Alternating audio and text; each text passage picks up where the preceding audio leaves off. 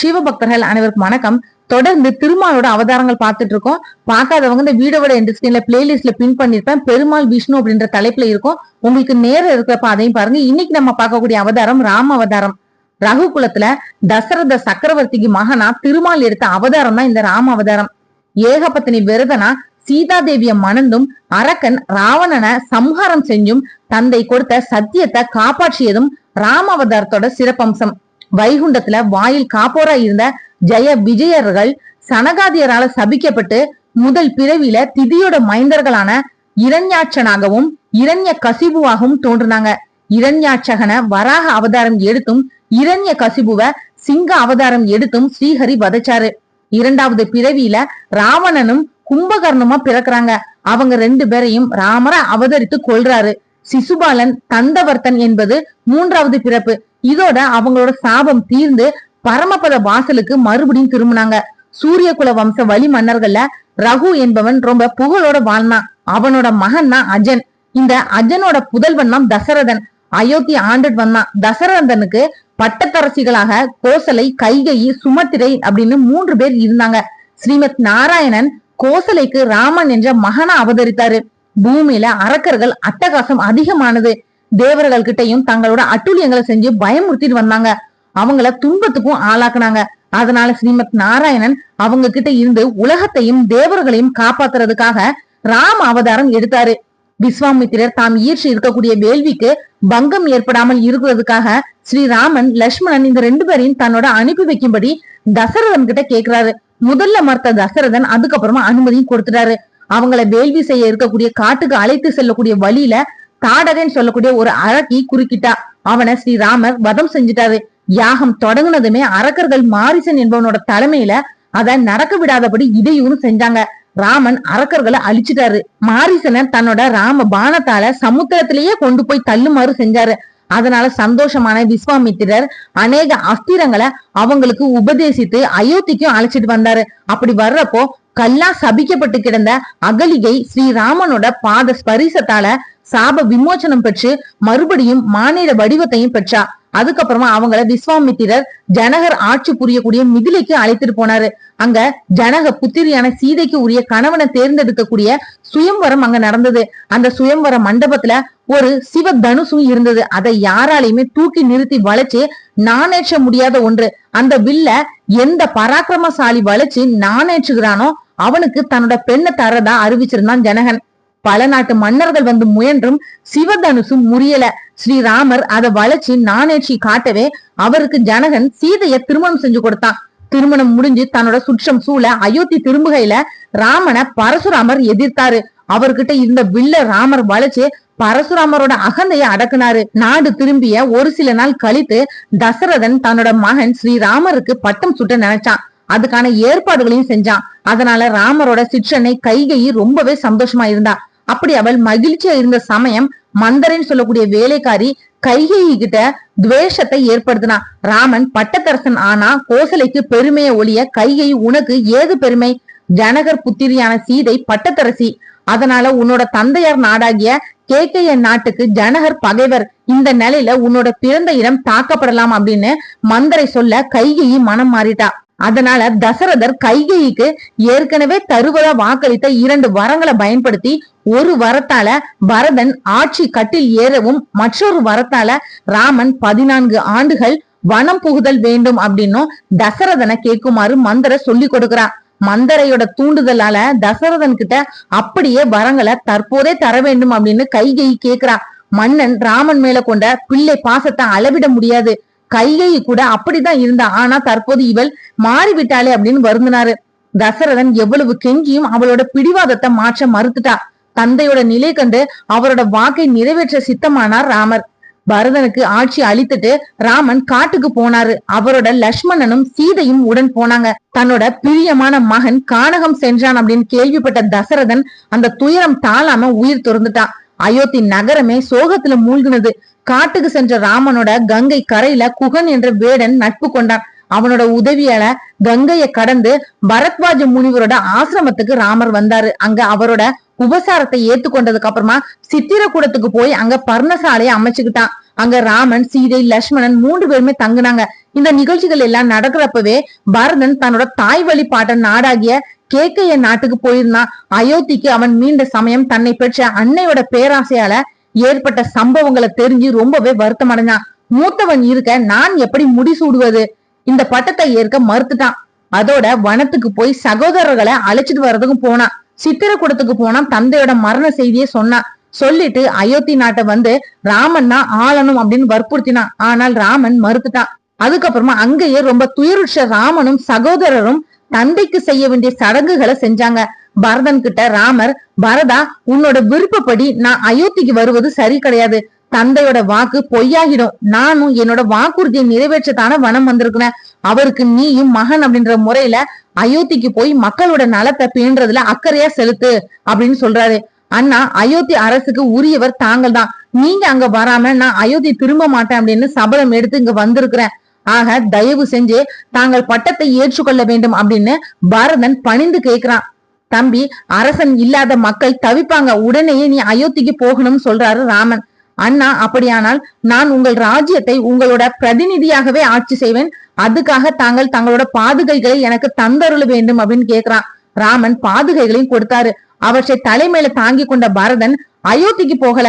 ராமனின்றி தலைநகர் போவதில்லை அப்படின்னு உறுதியா இருக்கிறதுனால நந்தி கிராமம் அப்படின்ற இடத்துக்கு போனாரு. ராமனுடைய பாதுகைகளை சிம்மாசனத்துல வச்சு பூஜை செஞ்சு அவரோட பிரதிநிதியாகவே இருந்து அரசு காரியங்களையும் மேற்கொண்டான். ஸ்ரீராமன் சீதை லட்சுமணனோட அத்திரி முனிவர் ஆசிரமத்துக்கு போனான். அங்க தங்கி அவனோட உபகாரங்கள் எல்லாத்தையும் ஏத்துட்டு மறுபடியும் தன்னோட பயணத்தையும் தொடர்ந்தாரு. அவங்க செல்லக்கூடிய வழியில விராதன் என்ற அரக்கன் குறுக்கிட்டான். அவனை அழிச்சிட்டு அகஸ்தியர் ஆசிரமத்துக்கு போனாங்க. அவர் வில்லும் அஸ்திரங்களும் கொடுத்து உதவி செஞ்சாரு. அங்க இருந்து கோதாவரி நதி தீர்த்தத்துக்கு போகக்கூடிய வழியில பறவைகளோட அரசனான ஜடாயுவை சந்திச்சான். அவரோட அளவலாவியதுக்கு அப்புறமா பஞ்சவடிக்கு வந்தான். பர்ணசாலை அமைச்சு அவங்க 3 பேருமே அங்க தங்குனாங்க. அந்த காட்டோட பெயர் தண்ட காருண்யம். ராமர் அங்க வந்து சேர்ந்ததுனால அங்க இருக்கக்கூடிய முனிவர்கள் அரக்கர் பயமின்றி வாழ முடிஞ்சது. அங்க ஒரு நாள் ராவணன் என்ற லங்கேஸ்வரனோட தங்கை சூர்பனகை அப்படின்றவளை காண நேர்ந்தது. அவள் ராமரோட அழக கண்டு மயங்கினா. அவரை அடையிறதுக்கு ஆசையும் பட்டா. ஆனாலும் தன்னிலும் அழகு மிகுந்த சீதை அவன் கூட இருக்கக்கூடிய வரைக்கும் தன்னோட ஆசை நிறைவேறாது அப்படின்ற முடிவுக்கு வந்தா சூர்பனகை. பேர் அழகியாக வடிவம் தாங்கி பஞ்சவடிக்குள் நுழைந்தாள் சூர்பனகை. லட்சுமணனுக்கு அவளோட தீய எண்ணம் தெரிய வந்தது. அதனால அவன் அவளோட மூக்கையும் காதுகளையும் அறுத்து அவளை அவமானப்படுத்தி விரட்டி அடிச்சான். இது அவளுக்கு பக்கத்துல இருந்த கரண், தூஷணன் என்ற 2 சகோதரர்களுக்கு தெரிவிச்சா. அவங்க தன்னோட சகோதரிக்கு ஏற்பட்ட அவமானத்தை பெறாதவங்களா ராம லட்சுமணர்களை கொண்டு விடுவதா சொல்லி அவங்களோட போர் செய்ய வந்தாங்க. ராமர் தனியாவே இருந்து ரொம்ப குறுகிய காலத்துல அவங்க 2 பேரையுமே சம்ஹரிச்சிட்டாரு. சூர்பனகை உடனேயே இலங்கைக்கு ஓடுனா. ராவணனாகிய தன்னோட அண்ணன் கிட்ட ராமனால வதம் செய்யப்பட்டதை பத்தி தான் காது மூக்கு அறுபட்டதையும் உள்ள முருக எடுத்து சொன்னான். அதோட அவள் நிறுத்தினால இல்ல.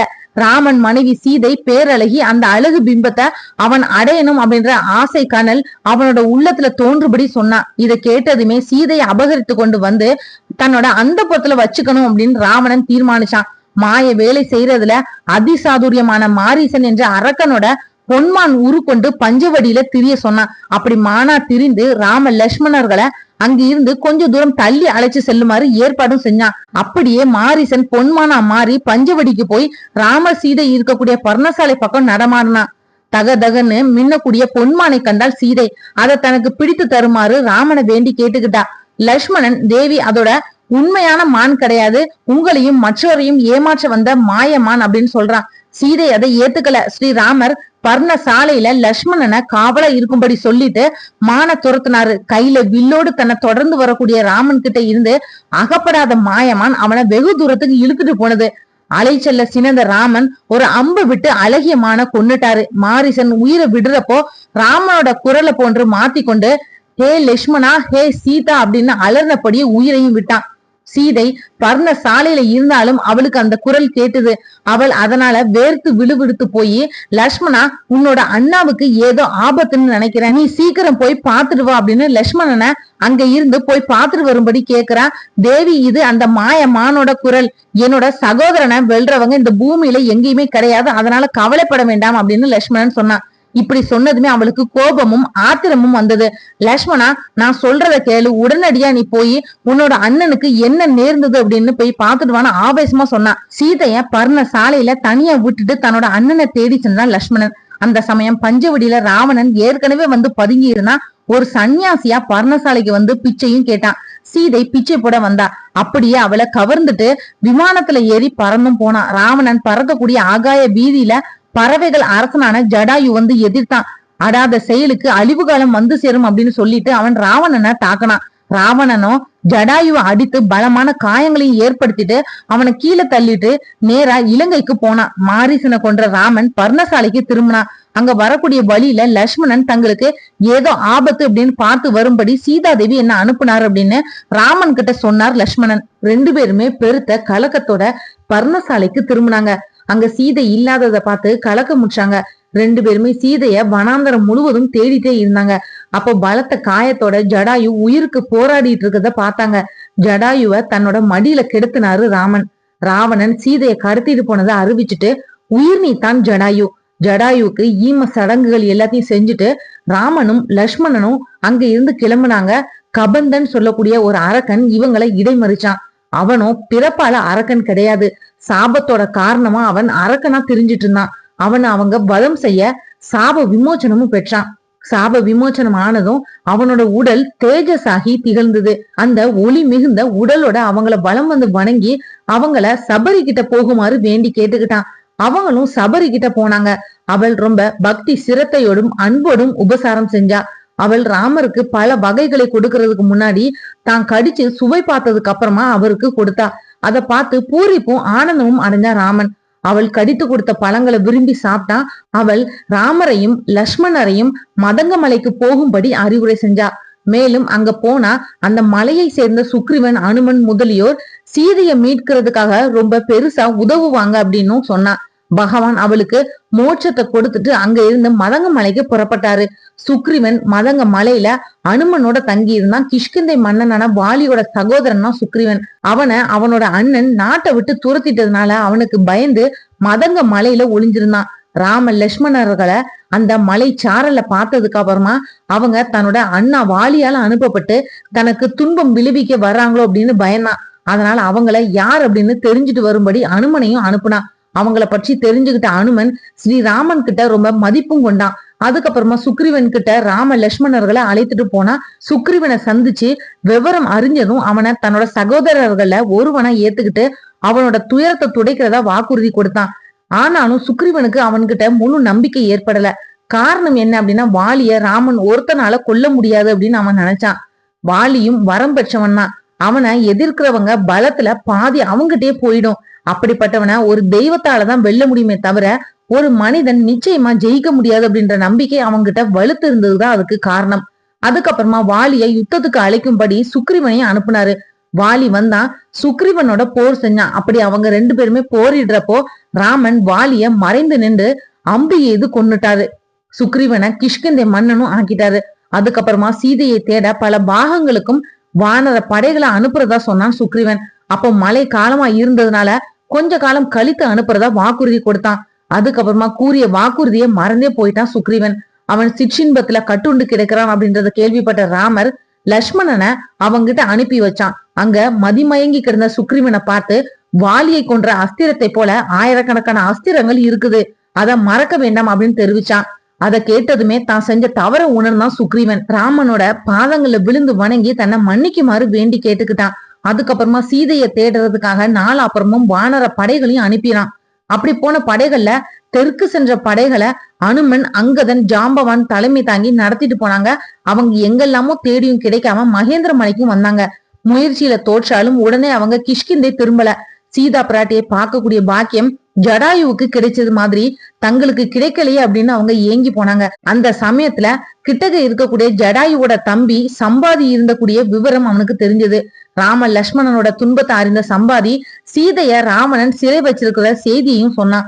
அனுமனை அனுப்பி கடல் தாண்டி ராவணன் அவளை எங்க சிறை வச்சிருக்கிறான் அப்படின்றத தெரிஞ்சு வரும்படி ஆவேசமா சொன்னான். அதே மாதிரி எல்லாருமே அனுமனை அப்படியே கேட்டுக்கிட்டாங்க. பகவான் கிட்ட அவன் கொண்டிருந்த ஆழ்ந்த பக்தியால அவன் விஸ்வ ரூபம் எடுத்தான். கடல்ல தாண்டி இலங்கையை அடைஞ்சு அங்க சீதைய நெடுக தேடினா. கடைசியா அசோக வனத்துக்குள்ள அவன் போனதும் அங்க சீதா ஸ்ரீராமரை நினைச்சு வருந்தி அழுதுட்டு இருந்தா. இத கேட்ட அனுமன் ரொம்பவே வருத்தப்பட்டாரு. அவளை சுற்றி காவல்ல இருந்த பெண்கள் அயர்ந்து தூங்கிட்டு இருந்தப்போ சீதா தேவியை நேர்ல பணிந்து தொழுது தான் யாரு அப்படின்றத அவகிட்ட எடுத்து சொன்னான். தங்களைத்தான் நான் தேடி வந்திருக்கிறேன், அதுக்கு அடையாளமா ஸ்ரீராமர் கொடுத்து அனுப்புன கனையாளிய கொடுத்து வணங்கினா.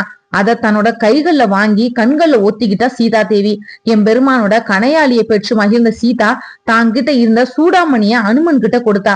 அதுக்கப்புறமா இலங்கையில தான் இருக்கக்கூடிய நிலைமையை எடுத்து சொல்லி பிரபுவ தயவு செஞ்சு சீக்கிரமா வந்து என்ன சிறை மீட்க சொல்வாயாக அப்படின்னு வேண்டி கேட்டுக்கிட்டா. அவளை பார்த்துட்டோம் அப்படின்ற களைப்புல உடனேயே அனுமன் திரும்பல. ராவணன் கோட்டைக்குள்ள இருக்கக்கூடிய நிலைமையையும் தெரிஞ்சுட்டு போகணும் அப்படின்ற எண்ணம் அவங்ககிட்ட இருந்தது. இதனால ராவணனோட அசோகவனத்தை அழிக்கக்கூடிய வேலையிலையும் இறங்கினாரு. இந்த செய்தி ராவணனோட காதுக்கும் எட்டுனது. உடனே அந்த வானரத்தை பிடித்து வரும்படி தன்னோட பேரனும் தன்னோட மகன் இந்திரஜித்தோட பிள்ளையான அட்சயனோட தலைமையில ஒரு சேனையையும் அனுப்புனான். அனுமன் அவங்கள ஒரு சில கன பொழுதுலே மாச்சிட்டாரு. அதனால சீற்றம் கொண்ட ராவணனோட மகன் இந்திரஜித்தை நேர்ல புறப்பட்டு அசோகவனத்துக்கும் வந்தான். அவன் தன்னோட பிரம்மாஸ்திரத்தால அனுமனை கட்டி இழுத்து வந்து ராவணனோட அபையிலையும் நிறுத்தினான். அப்போ அவனை பார்த்து ராவணன் அத்து மீறி அட்டகாசம் செய்யக்கூடிய வானரமே, நீ யார் அப்படின்னு கேக்குறாரு. என்னோட பெயர் அனுமன், நான் கோசலை நாட்டு மன்னன் ராமனோட தூதன், அதோட கிஷ்கிந்தை அரசன் சுக்ரீவனோட தாசன் அப்படின்னு தன்னை அறிமுகம் செஞ்சுட்டு மேலும் ராவணன் கிட்ட, ராவணா நீ புத்தி கெட்டு போய் தேவி சீதாவை அசோகவனத்துல சிறை வச்சிருக்கிற, இனியும் நீ தாமதிக்காமல் ஸ்ரீதேவிய என் பெருமான் கிட்ட ஒப்படைச்சிடு, அவர் உன்னை மன்னித்து உனக்கு திருவருள் தருவார் அப்படின்னு எவ்வளவோ எடுத்து சொன்னான். அப்போ ராவணன் அவனை கொன்று விடுங்கள் அப்படின்னு சொன்னாரு. தூதனா வந்த அனுமனை நாம் கொல்றது தர்மம் கிடையாது அப்படின்னு சொன்னா ராவணனோட தம்பி விபீஷணன். உடனேயே லங்கேஸ்வரன் தன்னோட ஆட்களை அழைத்து ஏதாவது அவமானம் செஞ்சு அனுமனை அனுப்பலாம் அப்படின்னு சொல்லி அனுமனோட வாள்ல தீ வச்சு அவனை விரட்டிடுங்க அப்படின்னு கட்டளையும் போட்டான். அனுமன் தன்னோட வாள்ல இருந்த நெருப்பை கொண்டு இலங்கையே எரிச்சிட்டு மகேந்திர மலைக்கு திரும்பினா. அங்க இருந்து எல்லாருமா ஸ்ரீராமரையும் அடைஞ்சாங்க. கண்டேன் தேவியை அப்படின்னு அனுமன் ஸ்ரீராமர் கிட்ட சொல்லிட்டு அவள் அடையாளமா கொடுத்து அனுப்புன சூடாமணியையும் கொடுத்தான். தேவியோட சூடாமணியை பார்த்ததுமே ராமர் கண்ணீர் விட்டாரு. சீதா தேவியோட நிராதாரமான நிலையை நினைச்சு ரொம்பவே வருத்தமும் பட்டாரு. சுக்ரீவனை கூப்பிட்டு யுத்தத்துக்கு தயாரா இருக்கும்படி கேட்டுக்கிட்டாரு. வானர சேனைகளோட எல்லாருமே புறப்பட்டு சமுத்திர கரைக்கும் வந்து சேர்ந்தாங்க. ராமன் கிட்ட கொண்டிருந்த அன்பு காரணமா சமுத்திரத்துல மலைகளையும் பாறைகளையும் போட்டு இலங்கைக்கு போய் சேர பாலமும் அமைச்சாங்க. அதோட வழியா எல்லாரும் இலங்கையோட தீவுக்கும் போய் சேர்ந்தாங்க. ராவணனோட தம்பி விபீஷணன் அசுர குலத்துல பிறந்தாலும் தன்னோட சகோதரன் தர்மத்துக்கு விரோதமா பிறரோட மனைவியை சிறை எடுத்து வந்திருக்கிறத அவனால பொறுத்துக்கவே முடியல. அதனால அவன் தன்னோட அண்ணன் கிட்ட தர்மங்களை எடுத்து சொன்னான். அண்ணா, நீ இன்று சீரும் சிறப்புமா இருக்கிறதுக்கான காரணம் பரமேஸ்வரன் ஆகிய சிவபெருமான் கிட்ட பெற்ற வரம். அவரும் உன்னோட ஈன செயலை ஒருபோதும் ஏத்துக்க மாட்டாரு. பிறரோட மனைவியை விரும்புறது தகாது அப்படின்னு சாஸ்திரங்கள் சொல்லுது. அதனால இத்தகைய பாதக செயலை விட்டுடு, சீதா தேவிய ராமர் கிட்ட ஒப்படைச்சு சரணடைஞ்சிருவோம், அவர் நம்மை மன்னித்தருள்வார் அப்படின்னு சொன்னாரு. ராவணன் கோபமா விபீஷணனை பார்த்து, அசுர குலத்துக்கே நீ இழுக்கு, நீ சொல்றதை என்னால ஏத்துக்க முடியாதுன்னு சொன்னான்.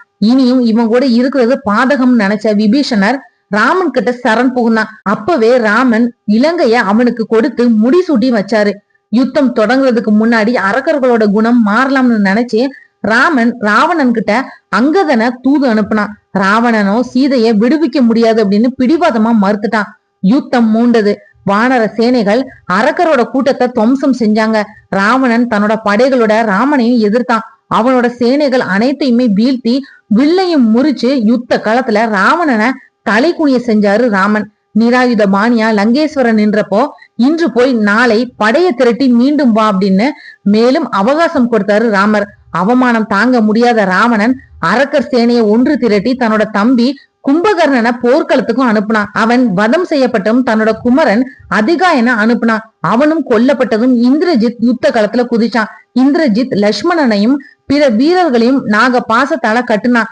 கருடன் பிரத்யட்சமாக அந்த பாசத்தை அறுத்து அத்தனை பேரையும் விழுவிச்சான். மறுபடியும் இந்திரஜித் அவங்கள பிரம்மாஸ்திரத்தால கட்டுனான். அனுமன் ஜாம்பவானை தவிர அத்தனை பேருமே மயங்கி விழுந்தாங்க. அனுமன் விரைந்து போய் சஞ்சீவி மலையை கொண்டு வந்து எல்லாருமே பிழைக்க செஞ்சுட்டாரு. இந்திரஜித்தோட நாக பிரம்ம பாசங்கள் எல்லாமே தோல்வி அடைஞ்சதுனால நிகும்பல அப்படின்னு சொல்லக்கூடிய யாகத்தை செய்ய தொடங்கினாங்க. அதுக்காக ஒரு ரகசிய இடத்தை தேர்ந்தெடுத்து இந்த வேள்வியும் ஆரம்பிச்சான். அதனால யாராலையுமே தன்னை கொல்ல முடியாத வரம் பெற்று போர் முனைக்கு வர ஆயத்தமும் ஆனான். இதை தெரிஞ்சுக்கிட்ட விபீஷணன் ராம லக்ஷ்மணர்கள் கிட்ட விவரத்தை சொல்லி அந்த ரகசிய இடத்துக்கு அவங்கள அழைச்சிட்டு போய் யாகத்தை தடுத்து நிறுத்தி இந்திரஜித்தை வதம் செய்ய வச்சான். தன்னோட மகன் இந்திரஜித் இறந்துட்டான் அப்படின்ற செய்தி கேட்டு ராவணன் ஆடியே போயிட்டான். ஆனாலும் ஸ்ரீராமர் கிட்ட அவன் பணிய விரும்பல. தன்னோட மூல பலத்தை திரட்டிட்டு போருக்கு வந்தான். தன்னோட பானத்தால ராவணனை சம்ஹாரம் செஞ்சாரு ராமர். அப்போ தேவர்கள் அவர் மேல மலர் மாறி பொழிந்தாங்க. கர்ப்ப காலம் ஜீவித்திருந்த விபீஷணனுக்கு அனுக்கிரகம் செஞ்சு இலங்கை மன்னனா முடிசூட்டி வச்சாரு ராமர். அதுக்கப்புறமா எல்லாருமே அயோத்திக்கு ராமர் சீதையோட புஷ்பக விமானத்துல செல்லுறப்போ வழியில கிஷ்கிந்தையிலும் பரத்வாஜர் ஆசிரமத்துல தங்கிட்டு போனாங்க. அயோத்திய மகிழ்ச்சி கடல்ல ஆழ்ந்தது. பரதன் ஸ்ரீராமரை சிங்காசனத்துல அமர்த்தினான். வசிஷ்டர் முதலான ரிஷிகள் ராமனுக்கு புனித நீராடல் அபிஷேகம் செஞ்சு மகுடாபிஷேகமும் செஞ்சாங்க. ஸ்ரீராமர் சீதையோட தர்ம நெறி வலுவாது பல ஆண்டுகள் ராஜ்ய பரிபாலனம் செஞ்சு வந்தாரு. கோசலை நாடு சீரும் சிறப்பும் பெற்று திகழ்ந்தது. ஒரு நாள் ராமர் நகர்வலம் வந்தாரு. அங்க ஒரு வீட்டுல இருக்கிறவங்க அவங்கள பத்தி பேசுறதையும் கேட்டாரு. அங்க சீதா தேவியை பற்றி தவறான விவாதம் நடந்துட்டு இருக்கதையும் கேட்டாரு. அந்த வார்த்தைகள் ராமனோட நெஞ்சில முள்ளு குத்துனது மாதிரி இருந்தது. தர்மத்துக்கு எடுத்துக்காட்டா வாழ்ந்து வந்த நாம இப்படி ஒரு விஷயத்த எண்ணி பார்க்கவே இல்லையே அப்படின்னு துயருற்றாரு. இதோட காரணமா உலக நிந்தனைக்கு பயந்து கர்ப்பிணியான தன்னோட சீதைய காட்டுல கொண்டு போய் விட்டுட்டு வர லட்சுமணரையும் சொன்னாரு. தாங்க முடியாத துயரத்தோட வந்த ஜானகிய வால்மீகி தன்னோட ஆசிரமத்துல தங்க வச்சு அவளை நல்லா கவனிச்சுக்கிட்டாரு. அவளுக்கு 2 குழந்தைகளும் பிறந்தது. அந்த குழந்தைகளுக்கு லவன் குசன் அப்படின்னு பெயரிட்டாரு வால்மீகி. அதே சமயம் அயோத்தியில லட்சுமணனுக்கு புதன் சந்திரகேது, பரதனுக்கு தட்சன் புஷ்கரன், சத்ருகனுக்கு சுதாகு சுருதசேனன் அப்படின்னு பிள்ளைகளும் பிறந்தாங்க. பரதன் திக்விஜயம் செஞ்சு கந்தர்வர்களை வென்று ஏராளமான செல்வங்களை கொண்டு வந்து ராமன் கிட்ட சமர்ப்பிச்சான். சத்ருகன் லவணன் என்ற ஒரு அரக்கனை வதம் செஞ்சான். அவன் மதுவனத்துல மதுரை அப்படின்னு சொல்லக்கூடிய ஒரு பட்டணத்தையும் உண்டாக்குனான். வால்மீகி மகரிஷி ராமனோட சரித்திரத்தை ராமாயணம் என்ற பெயர்ல இயற்றி அத லவ குசரர்களுக்கும் சொல்லி வச்சாரு.